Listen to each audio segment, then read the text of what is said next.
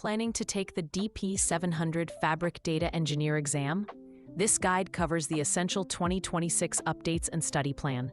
If you're a data engineer, the world has changed. Microsoft has consolidated separate services like Synapse Analytics and Azure Data Factory into a single unified platform called Microsoft Fabric. Because of this massive shift, the old DP-203 certification was retired in March 2025. Its successor, exam DP-700, is now the sole credential for Microsoft data engineers.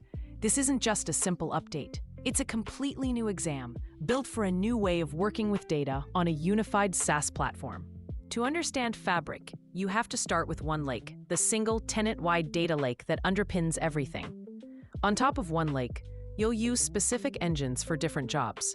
The Lakehouse is your home for data transformation, using PySpark and SparkSQL on Delta Lake files. The Warehouse provides a fully transactional T-SQL experience for analytics. And for real-time telemetry, you'll use the Event House and its Custo Query Language, or KQL, database. Mastering these core components is fundamental. The DP-700 exam is unique because it expects working fluency in 3 different query languages. You can't just be a T-SQL expert. You'll need to write and interpret PySpark in notebooks for complex data transformations in the Lakehouse.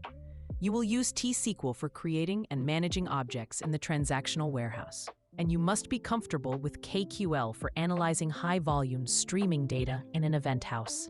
The exam will present code-based scenarios for all 3, so hands-on practice is essential. The exam skills are split almost evenly across 3 domains, each weighted between 30 and 35%.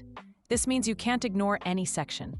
The first domain covers implementing and managing your solution, focusing on governance, security, and lifecycle management with Git. The second, and largest domain, is about ingesting and transforming batch and streaming data.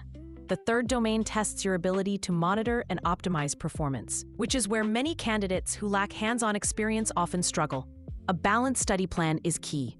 2 of the most critical high-yield concepts on the exam are capacity units and the difference between shortcuts and mirroring.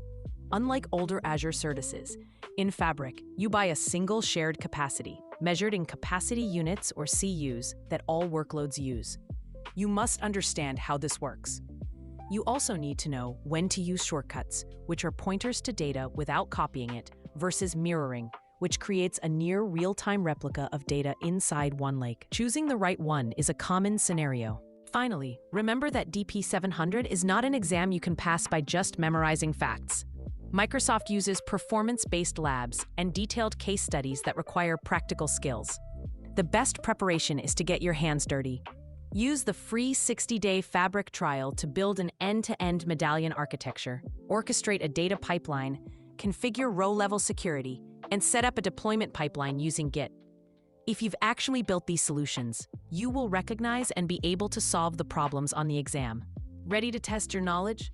The DP-700 exam requires deep, hands-on familiarity with the entire Microsoft Fabric ecosystem. Don't risk your $165 exam fee on outdated materials. Visit Open Exam Prep to access hundreds of free practice questions that match the latest 2026 skills outline, complete with AI-powered explanations to solidify your understanding and ensure you're ready for test day.